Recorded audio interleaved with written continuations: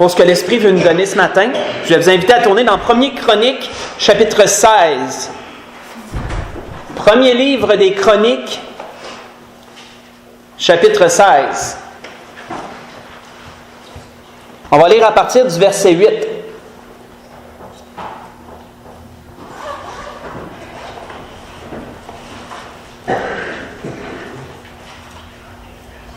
Chronique, 1er Chronique, chapitre 16.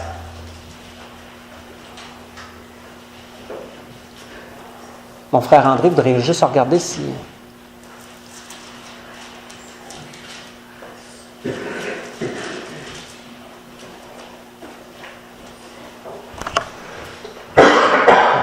Parfait. Donc, on va lire à partir du verset 8 où il est dit « Louez l'Éternel, invoquez son nom ». Invoquer veut dire appeler à l'aide. Hein? Louer l'Éternel, donc louangez-le d'une part, glorifiez son nom, parlez-lui pour le remercier, pour l'élever dans la gloire dans toutes choses, mais parlez-lui aussi lorsque vous avez besoin. On voit dans ce même verset les deux, on voit deux tangentes dans ce même verset. Louez-le d'un côté, mais appelez-le à l'aide d'un autre côté quand vous avez besoin. Invoquez son nom. Faites connaître parmi les peuples ses hauts faits. Chantez, chantez en son honneur. Parlez de toutes ses merveilles. Glorifiez-vous de son saint nom. Autrement dit, quand on dit glorifiez-vous, c'est sens-toi grand de l'avoir, sens-toi grand de l'avoir, glorifiez-vous de son nom, parce que son nom est dans vos cœurs, son nom est dans vos vies. Sentez-vous élevé à cause de ça, sentez-vous bien, sentez-vous grand à cause de cela. Glorifiez-vous de son nom. Vous l'avez dans votre vie, vous avez ce qui est de mieux, vous avez ce qui est de meilleur.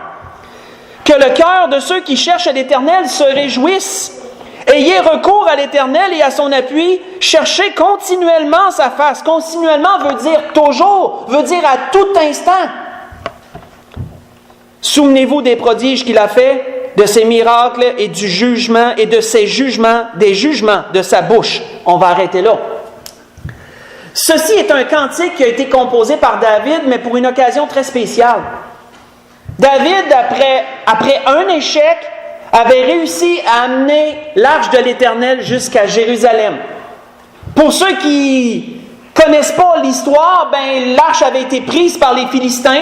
L'arche avait voyagé pendant un certain temps dans le pays des Philistins, un peu comme une patate chaude qui se sont échangés l'un l'autre parce qu'ils étaient pris de crise d'hémorroïdes, parce que l'Éternel avait établi un jugement sur les Philistins, parce qu'ils avaient l'arche et ça ne leur appartenait pas.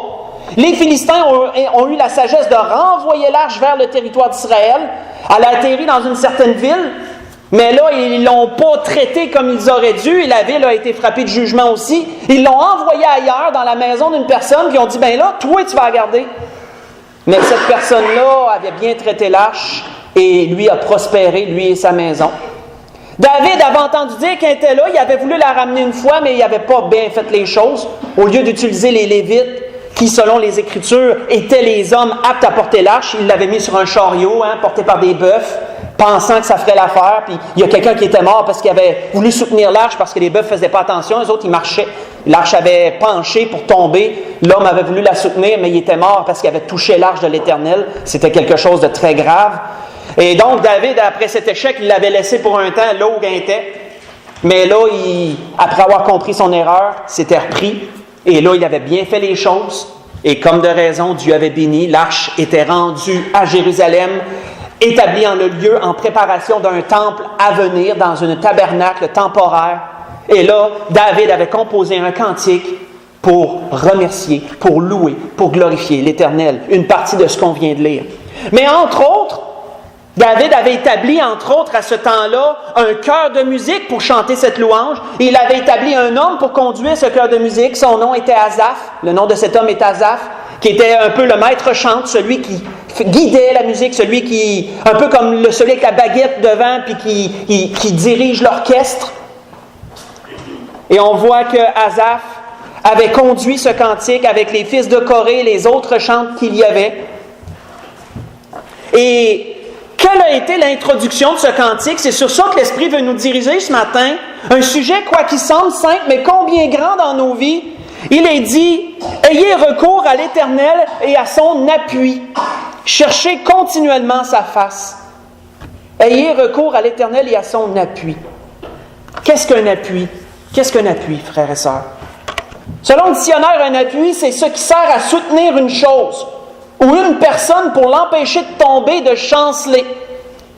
Une personne a de la misère à marcher, elle a une marchette, elle a une canne, on peut appeler ça un appui. Quelque chose qui l'empêche de chanceler, de chambranler. Quelque chose qui peut même aller jusqu'à l'empêcher de tomber parce qu'elle peut mettre son poids sur cette chose-là. Elle peut s'appuyer. De là un appui. Elle peut s'appuyer sur cette chose. Il était dit dans ce cantique, comme introduction, de chercher l'appui de l'Éternel. On voit que les fils de Corée qui ont composé eux aussi des cantiques, qui ont chanté d'autres cantiques, dans un psaume, il est dit entre autres, « Dieu est pour nous, disait-il, un refuge et un appui. » Quand tu as besoin d'un refuge, c'est parce que tu as été blessé, c'est parce que tu as peur de quelque chose, c'est parce que tu veux fuir quelque chose, tu as besoin d'un endroit où tu vas te sentir calme. Tu as besoin d'un endroit où tu vas te sentir bien. Tu as besoin d'un endroit où tu vas te sentir protégé. Un refuge. L'Éternel est pour nous un refuge et un appui. Un secours qui ne manque jamais dans la détresse. C'est pourquoi nous sommes sans crainte quand la terre est bouleversée, que les montagnes chancellent au cœur des mers, que les flots de la mer mugissent, écument, se soulèvent jusqu'à faire trembler les montagnes, disait-il. Vous voyez ça dans le psaume 46 que je vous ai lu, verset 2 au verset 4. Pour une foule de raisons, frères et sœurs, une foule de personnes au fil des âges ont cherché en Dieu un refuge, mais surtout un appui. Parce qu'ils avaient besoin. Et c'est ce que l'Esprit veut nous dire ce matin. C'est dans cela que l'Esprit veut nous conduire ce matin. Tournons dans un premier temps, tournons dans Juge chapitre 6. Parce que nous pouvons chercher un refuge pour diverses raisons. Pour diverses raisons, on peut chercher un refuge. Pour diverses raisons, on peut chercher un appui. On a besoin d'appui dans nos vies.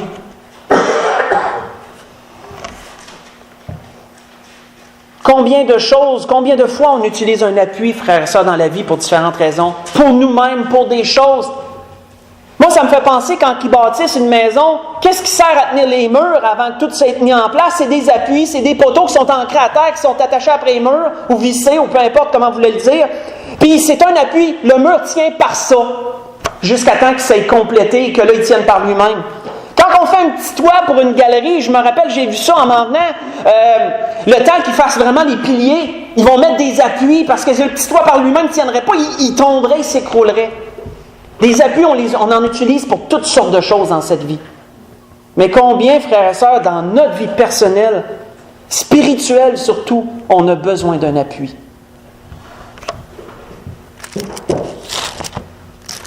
Faisait bien de dire, cherchez en l'Éternel un appui. Et pour diverses raisons, on peut en avoir besoin. On voit dans cet exemple, je vous transporte dans le temps, dans Juge chapitre 6, à partir du verset 11, on voit que le peuple d'Israël était opprimé par les Philistins. Ils étaient on pourrait dire, ils étaient constamment harcelés de toutes parts. Harcelés, dépouillés, tenus dans l'abaissement, tenus dans la faiblesse, volontairement de la part de leurs ennemis. Ils les maintenaient ici parce qu'ils venaient, ils pillaient, ils saccageaient, et c'était toujours à recommencer.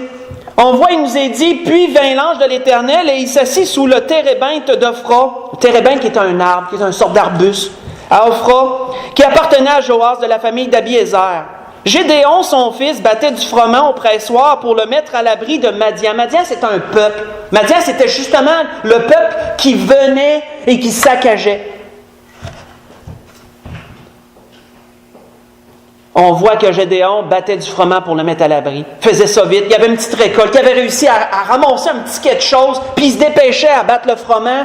À battre le froment, autrement dit, les gerbes sont encore pognées après les tiges. Il battait le froment pour détacher le blé, pour détacher le grain, pour pouvoir le maintenir en secret, détacher le grain du reste. On appelait ça battre. À ce temps-là, il battait le froment qui est une céréale. Donc, il se dépêchait à faire ça pour le mettre à l'abri, pour pouvoir en cacher une partie, puis être capable de tenir ça loin des brigands qui allaient s'en venir. L'ange de l'Éternel lui apparut et lui dit, « L'Éternel est avec toi, vaillant héros. » Et Gédéon lui dit, « Ah, mon Seigneur, Si l'Éternel est avec nous, pourquoi toutes ces choses nous sont-elles arrivées? Oui, combien de fois qu'on va se poser des questions, pourquoi si ou ça m'arrive, si Dieu est avec moi? Gédéon avait raison de se poser des questions. Et où sont tous ces prodiges que nos pères nous racontent quand ils nous disent, l'Éternel ne nous a-t-il pas délivrés, ne nous a-t-il pas fait monter hors d'Égypte? Maintenant, l'Éternel nous abandonne, il nous livre entre les mains de Madian. Il nous est dit que l'Éternel, l'ange qui représentait Dieu, se tourna vers lui et lui dit, « Va avec cette force que tu as et délivre Israël de la main de Madian. N'est-ce pas moi qui t'envoie? » Gédéon lui dit, « Ah, mon Seigneur, avec quoi délivrerai-je Israël? Voici ma famille est la plus pauvre en Manassé.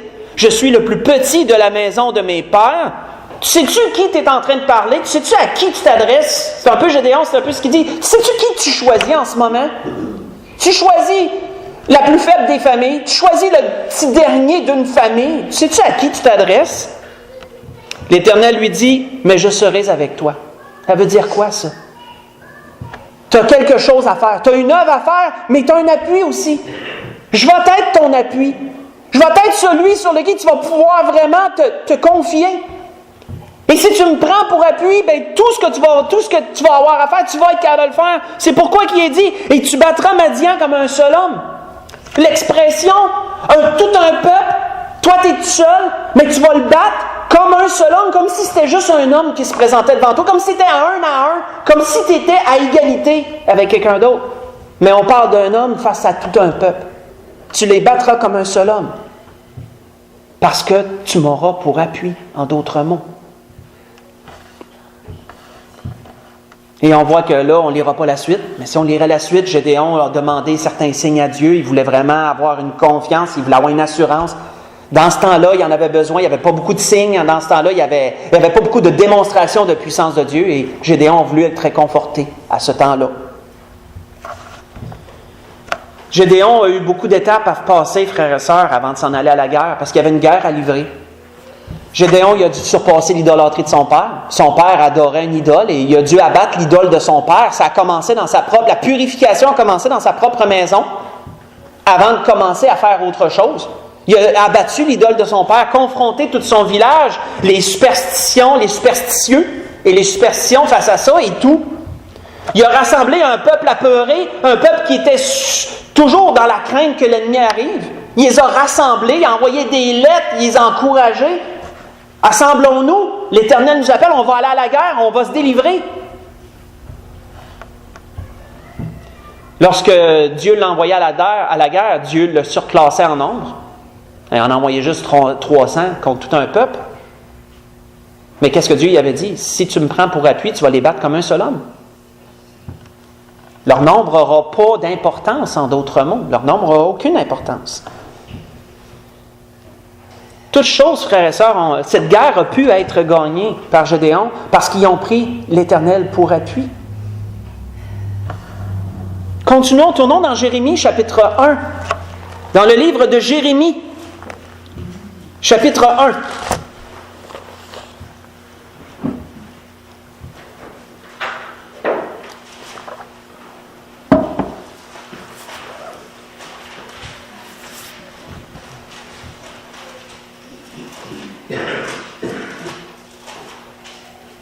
Dans le livre de Jérémie, chapitre 1, on va lire du verset 4 au verset 10 pour commencer, ensuite on va sauter pour finir à d'autres versets. Il est dit, la parole de l'Éternel me fut adressée, ça c'est Jérémie qui parle, la parole de l'Éternel me fut adressée en ces mots. Avant que je t'ai formé dans le ventre de ta mère, je te connaissais. Et avant que tu sois sorti de son sein, je t'avais consacré, je t'avais établi prophète des nations, dit Jérémie. L'Éternel a dit quoi? Je t'ai formé dans le ventre de ta mère. Puis je te connaissais déjà. Je te connaissais déjà. Avant même que tu sois, je te connaissais. Je t'avais déjà choisi. Avant même que tu naisses, je t'avais déjà choisi. C'était dans mon plan. Vous vous souvenez, on en a déjà parlé du plan de Dieu. C'était dans mon plan que tu sois établi prophète des nations. Je répondis, « Ah, Seigneur éternel, voici, je ne sais point parler, car je ne suis qu'un enfant. » Et l'Éternel me dit, « Ne dis pas, je suis un enfant, car tu iras vers tous ceux auprès de qui je t'enverrai, Tu diras tout ce que je t'ordonnerai.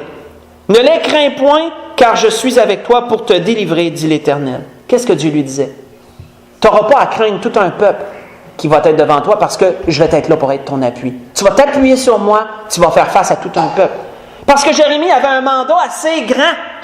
Le peuple de Dieu s'était détourné de Dieu, s'était tourné dans l'idolâtrie, avait été vers l'idolâtrie. Le peuple s'égarait.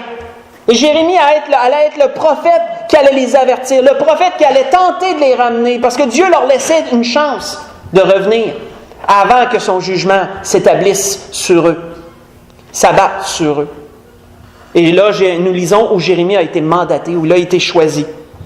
Et il est dit, puis l'Éternel étendit sa main, il toucha ma bouche, au verset 9, et l'Éternel me dit, voici, je mets mes paroles dans ta bouche.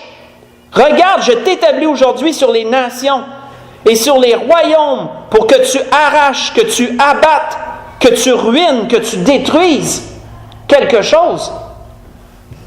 Tout ce qu'il allait prononcer contre Israël serait premièrement ça. Arrache, abatte, détruit. Mais Dieu n'est pas un Dieu qui détruit, Dieu est un Dieu qui construit. Car il est dit, et pour que tu bâtisses, pour que tu plantes, pour qu'il y ait des choses qui soient rétablies et mises en place.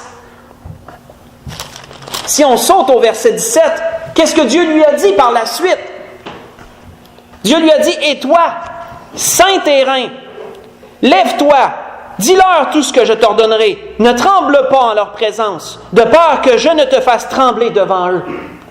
Si tu ne me prends pas pour appui, tu vas trembler, puis je vais permettre que tu trembles. Mais si tu me prends pour appui, tu ne trembleras pas. Il est dit, voici, je t'établis en ce jour sur tout le pays comme une ville forte. Et il y a 3 exemples ici. Là. Comme une ville forte, comme une colonne de fer, comme un mur d'airain. C'était des images que Dieu lui apportait. Une ville forte pouvait être entourée d'ennemis, mais les ennemis se cassaient toutes les dents sur les murs. Une ville forte, c'est une ville imprenable. C'est une ville fortifiée que personne ne peut réussir à dominer. Je t'établis en ce jour comme une ville forte. Tu vas être ancré solide. Ils vont tous se casser les dents sur toi. Ils n'en viendront pas à bout de toi. Je t'établis comme une colonne de fer. Je ne sais pas si vous avez déjà essayé de frapper une grosse colonne de fer. Où je restais quand j'étais jeune à Hearst, il y en avait une. Je ne me rappelle plus pourquoi. Puis je me rappelle un moment donné, jeune, on fait des niaiseries. J'avais un bat de baseball, puis j'ai donné un coup dessus. Mais j'ai eu plus mal que la colonne parce que j'en ai résonné dans tout mon corps. La colonne n'a pas bronché, elle, mais moi, ça me fait mal de partout. Je m'en souviens encore. Je t'établis comme une colonne de fer. Ils vont essayer de te frapper, ils vont plus se faire mal que d'autres choses sur toi. Je t'établis comme un mur d'airain, un mur d'acier. Ils ne pourront pas te faire tomber. Là. Ils ne pourront pas. Ça, frères et sœurs, c'est quelqu'un qui a Dieu pour appui. Ces 3 choses-là. Il avait Dieu pour appui. S'il avait Dieu pour appui, ça, Dieu l'établissait comme ça. Et qu'est-ce qui est dit? Il est dit, contre les rois de Juda, contre ses chefs, contre ses sacrificateurs, contre le peuple du pays, ils te feront la guerre. Te feront la guerre. Parce que oui, frères et sœurs, Jérémie a eu à faire face à l'hostilité de tout son peuple. Ça ne fait jamais l'affaire de quelqu'un de lui dire ses 4 vérités. Ça ne fait jamais l'affaire de quelqu'un de lui dire qu'il n'est pas correct, qu'il est dans l'erreur. Jérémie a fait face à ça. L'hostilité de son peuple. Le rejet. On a attenté à sa réputation. Détruisons-le avec la langue. C'est ce qui est dit un peu plus loin. C'est le peuple qui se disait ça. Détruisons-le avec la langue. On l'a déjà jeté dans une fosse. Puis on s'est dit, on va l'empêcher de parler. Mais peu importe ce qu'ils lui ont fait, Jérémie était établi comme une colonne de fer, comme un mur d'airain. Il a continué quand même à dire ce qu'il avait à dire. Puis, lorsque le jugement s'est abattu, lui a été épargné du jugement. Il est demeuré en Israël avec un reste. Et le peuple a été emporté à captivité. Lorsqu'on a Dieu pour appui, il n'y a rien qui ne peut pas être fait. Tout est possible. L'impossible devient possible. Et on voit que Jérémie avait vraiment compris ça parce qu'il a dit un peu plus loin, dans un autre endroit, toujours dans ce livre, il a dit « Éternel, ma force et mon appui. » Jérémie qui dit ça. « L'Éternel, Éternel, ma force et mon appui, mon refuge au jour de la détresse. » Dans Jérémie chapitre 16, verset 19. On a-tu des paroles à dire? Jérémie avait des paroles à dire. Il y a des choses parfois qu'on doit dire, puis c'est pas facile de les dire. Mais si on a Dieu pour appui, il n'y a rien qu'on ne peut pas dire. Tout peut être dit. On voit qu'il n'y a pas besoin d'y tourner, mais Ézéchiel avait été mandaté par Dieu un peu dans le même sens. Sauf qu'Ézéchiel, lui, c'était lorsque le peuple était en captivité. Jérémie, c'était avant. Ézéchiel, lui, il avait été amené en captivité avec les autres, puis lui, il a parlé à ceux qui étaient en captivité. Et qu'est-ce que Dieu y avait dit? Il dit, je vais rendre ton front dur comme le diamant. Il m'a forgé un caractère tellement ferme, là, que tu vas parler, puis ce qu'ils vont dire contre toi, ça va te couler sur le dos. Essayer de briser, essayer de graver un diamant, ça prend un laser pour graver un diamant. Ça prend vraiment des outils spéciaux. On ne peut pas en venir à bout avec des simples outils. Et je vais rendre ton front dur comme le diamant. Ça, c'est ce qui avait été dit à Ézéchiel, ça. Lorsqu'on a Dieu pour appui, Dieu peut faire des choses vraiment incroyables avec nous. Tournons dans 2 Samuel, chapitre 22. On recule dans 2 Samuel, chapitre 22. On va reparler de David.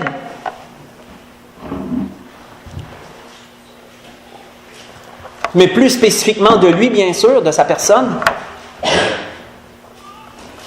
On va lire du verset 2 au verset 7 pour commencer. Un cantique de délivrance qui avait été composé par David dans 2 Samuel, chapitre 22. Un cantique qui se retrouve aussi dans les psaumes mot pour mot. Une copie un peu qui se retrouve dans les psaumes, mais là on lit là où il l'a établi.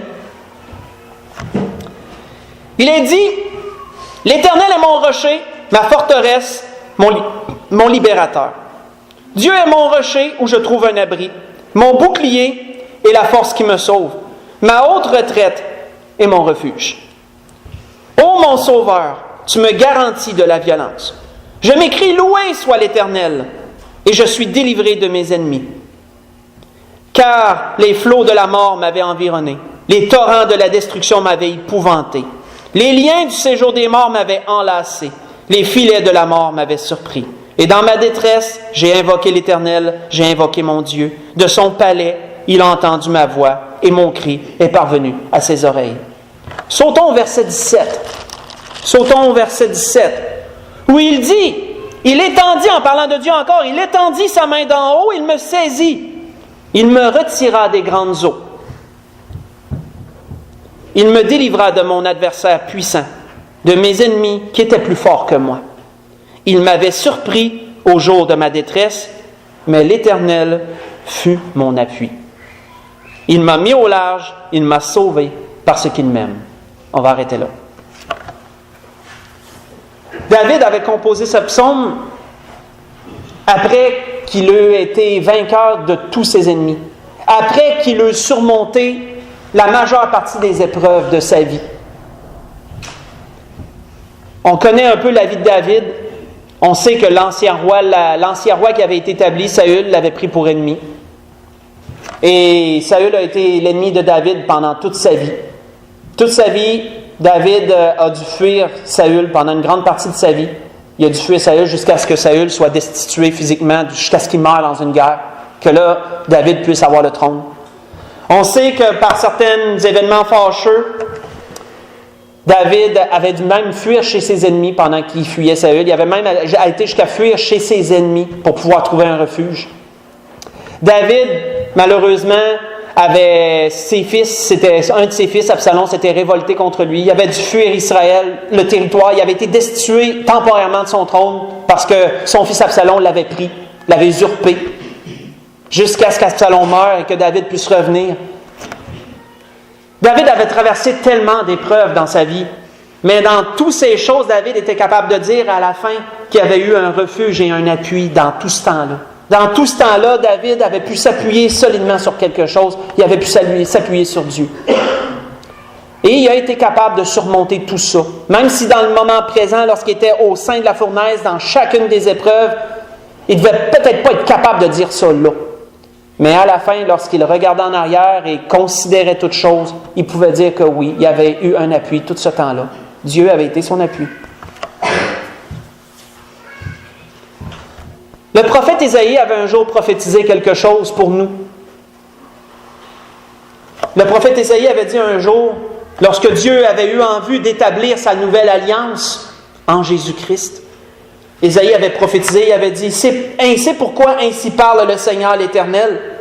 Voici, j'ai mis pour fondement en Sion une pierre angulaire, une pierre éprouvée, une pierre angulaire de prix, solidement posée. Celui qui la prendra pour appui n'aura point hâte de fuir, disait Ésaïe. Dans Ésaïe chapitre 28, verset 16. Notre Seigneur, frères et sœurs, a été établi par Dieu pour être un solide fondement sur lequel des vies pourraient être bâties. Il est le solide fondement sur lequel l'Église est bâtie. Il est le solide fondement sur lequel les vies de chacun qui veulent avoir une relation avec Dieu sont bâties. Et il a été établi pour être un appui. Une pierre angulaire solidement posée, et celui qui va prendre appui sur lui n'aura point hâte de fuir. Disait Ésaïe. Ésaïe chapitre 28, verset 16.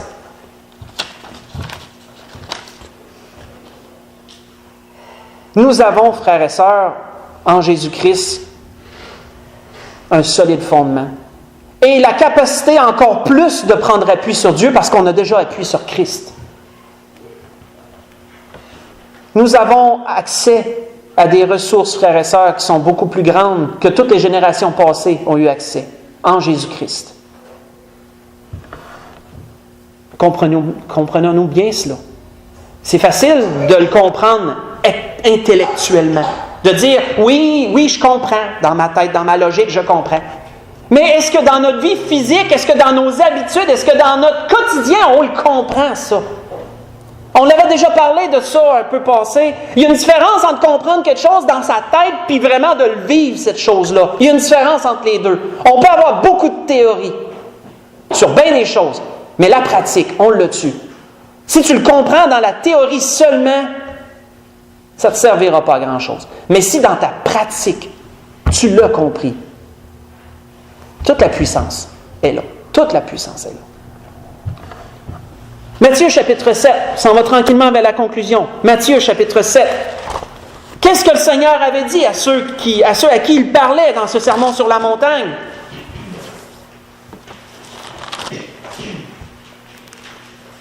Lorsque le Seigneur rétablissait toutes choses auprès du peuple, lorsqu'il leur disait, la loi vous dit ça, mais moi je vous dis ça. Le Seigneur surpassant la loi, le Seigneur rétablissant les bases. Il leur avait donné une parabole, entre autres. Matthieu, chapitre 7, à partir du verset 24. Une parabole de 2 maisons. Et il leur avait dit, c'est pourquoi quiconque entend ces paroles que je dis et les met en pratique sera semblable à un homme prudent qui a bâti sa maison sur le roc. C'est quoi le roc? C'est Christ. C'est quoi le fondement? Le fondement est un appui. Le fondement est un appui. Celui qui sera bâti sera semblable à un homme qui a bâti sa maison sur le roc. La pluie est tombée. Les torrents sont venus. Les vents ont soufflé, se sont jetés contre cette maison. Pensez, frères et sœurs, à ce qu'on a lu précédemment. Pensez à ce qu'on a lu précédemment. Gédéon avait une guerre à livrer. Et parce qu'il a pris appui sur Dieu, il a pu livrer sa guerre. Nous aussi, on a des combats à mener. Mais souvenons-nous qu'on a été établis sur un fondement inébranlable. Puis en plus, on a Dieu pour appui. Il n'y a pas un combat qu'on ne peut pas venir à bout. Jérémie avait des paroles à dire, mais parce qu'il a pris Dieu pour appui, il a été établi comme une colonne d'airain.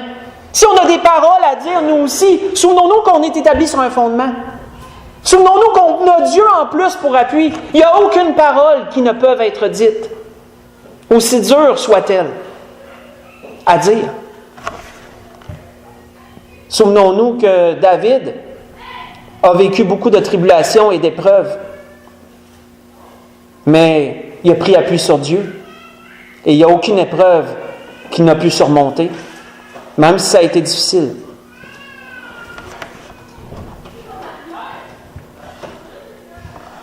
C'est la même chose, frères et sœurs, pour nous.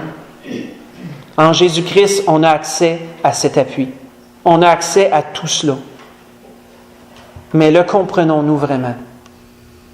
Pas seulement intellectuellement, mais vraiment. L'apôtre Paul est un homme qui a démontré cela. On le prend souvent comme exemple parce qu'il en a écrit beaucoup. Il en a écrit beaucoup, il en a beaucoup démontré.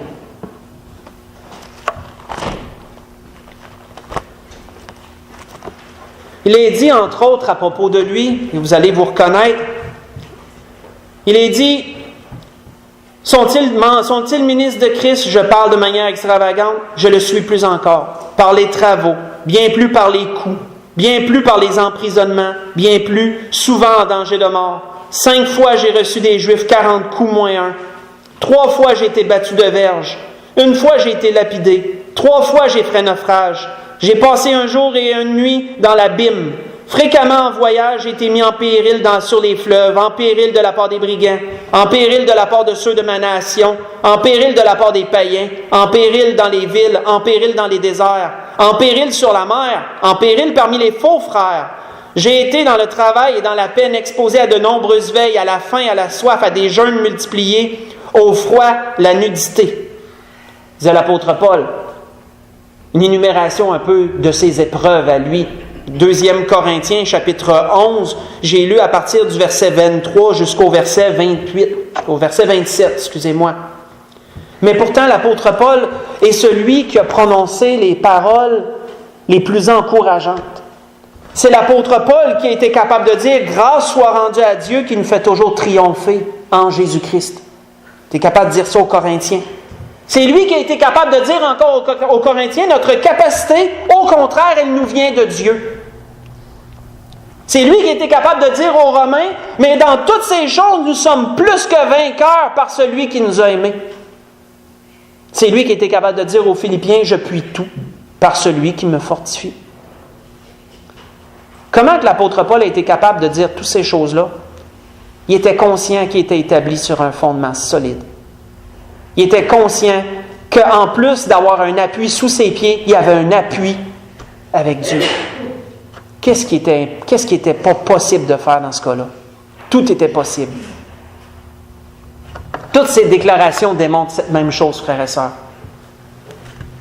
Et puisse-t-elle, frères et sœurs, faire partie de nos vies aussi dans ce qu'on vit, dans nos épreuves, dans nos faiblesses, dans nos incapacités. Quand on se sent comme Gédéon, qu'on ne se sent pas à la hauteur pour quelque chose. Quand on se sent comme Jérémie, qu'on se sent trop petit pour faire face à ce qui est devant nous. Quand on est dans les épreuves comme David, peu importe les circonstances, on peut les ramener à ça. Si on a appui sur Dieu et qu'on est conscient qu'on est sur un fondement qui est déjà un appui sur nos pieds, rien n'est possible. Rien n'est impossible. Rien n'est insurmontable.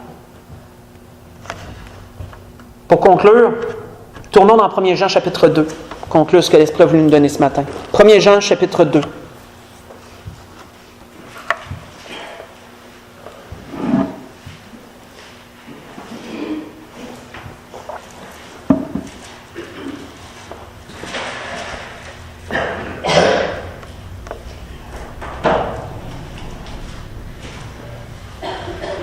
À partir du verset 15, on va lire jusqu'au verset 17 pour conclure ce que l'Esprit a voulu nous donner ce matin.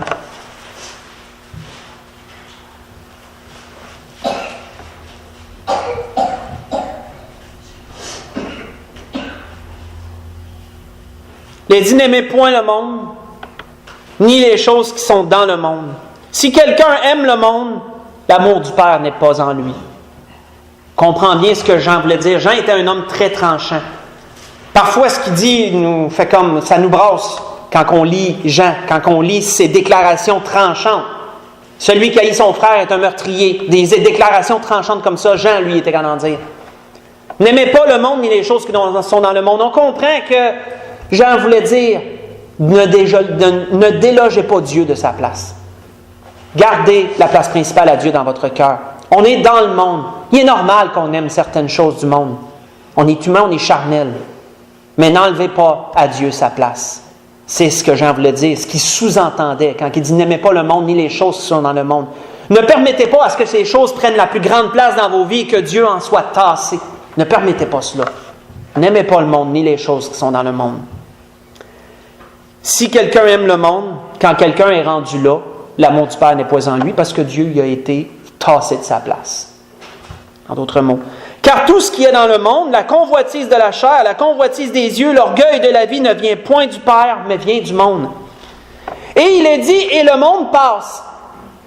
Oui, frères et sœurs, on doit toujours garder ça à l'esprit. Il nous a été dit dans un autre endroit qu'on est comme une vapeur. Hein? Si nous, on passe, les choses qui sont dans le monde passent elles aussi. Les choses dans le monde passent, sa convoitise aussi passe. Mais celui qui fait la volonté de Dieu demeure éternellement.